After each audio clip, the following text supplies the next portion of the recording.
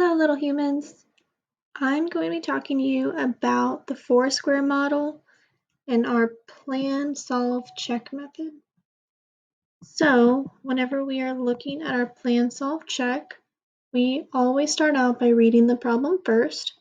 And after we've read the problem, we can put our title, which is just what the problem is about.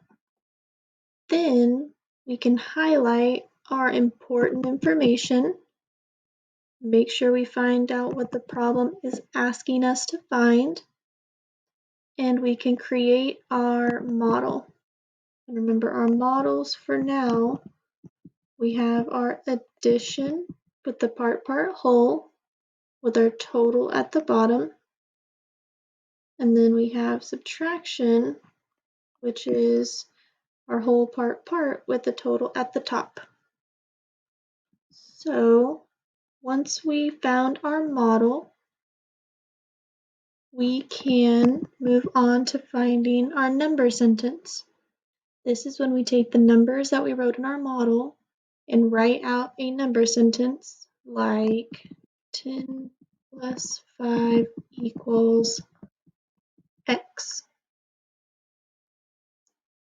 Then we go into estimating. We want to know if our answer is going to be reasonable. So after we found our number sentence, we're going to estimate to figure out what would be a reasonable answer. Once we rounded our numbers and come up with a good estimation, we finished with our planning and we can move on to our solve. When we are solving, this is when we are showing our work. You're writing everything out. Make sure you have it all written down so you can take a picture and upload your work.